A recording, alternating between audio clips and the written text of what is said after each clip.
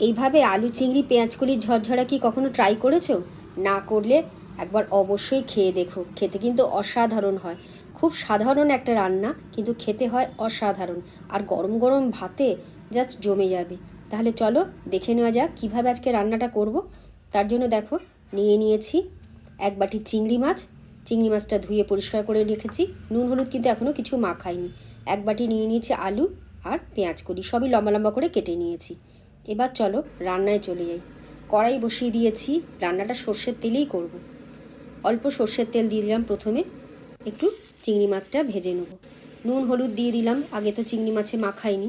এবার মাছটা কিন্তু খালি একটু সাঁতলে নেব, যেন খুব বেশি কড়া ভাজা না হয়। দেখো চিংড়ি মাছটা থেকে আমার অনেকটা জল বেরিয়েছে, তাতে কিছু হবে না।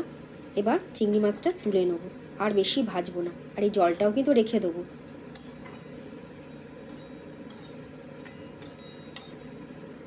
জলটা ঢেলে নিয়ে কড়াইটা পরিষ্কার করে আবার বসিয়ে দিলাম।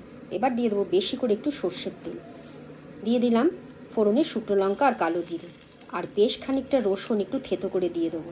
রসুনের রং ধরলে দিয়ে দেবো আলুটা। এইবার আলুটা একটু নেড়ে চেড়ে ভেজে নেব, হালকা রং ধরা অবধি। দেখো আলুটা মোটামুটি একটু ভাজা হয়ে গেছে।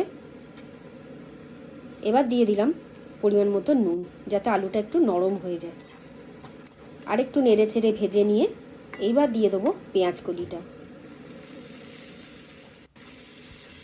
এবার ভালো করে নেড়ে চেড়ে আলুর সাথে পেঁয়াজকলিটা একটু ভেজে নেব।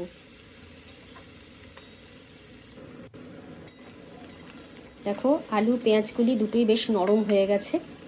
এইবার মশলা দিয়ে দেবো হাফ টেবিল চামচ হলুদের গুঁড়ো, হাফ টেবিল চামচ লঙ্কার গুঁড়ো, হাফ টেবিল চামচ জিরের গুঁড়ো, আর হাফ টেবিল চামচ কাশ্মীরি লাল লঙ্কার গুঁড়ো। একটা ছোট টমেটো কুচি করে দিয়ে দেবো। দিয়ে এবার মশলাটা কষাতে থাকবো।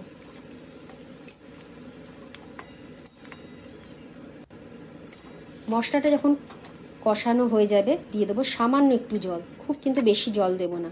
সামান্য একটু জল দিয়ে, আলু প্রায় সেদ্ধ হয়ে গেছে, গ্যাসটা কমিয়ে রান্না করে নেবো আস্তে আস্তে। দিয়ে দিলাম বেশ কয়েকটা কাঁচা লঙ্কা।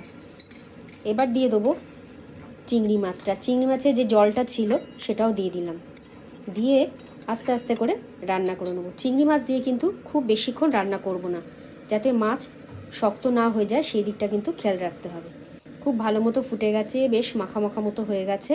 এইবার দিয়ে দেবো দেখো বেশ খানিকটা ধনেপাতা কুচি।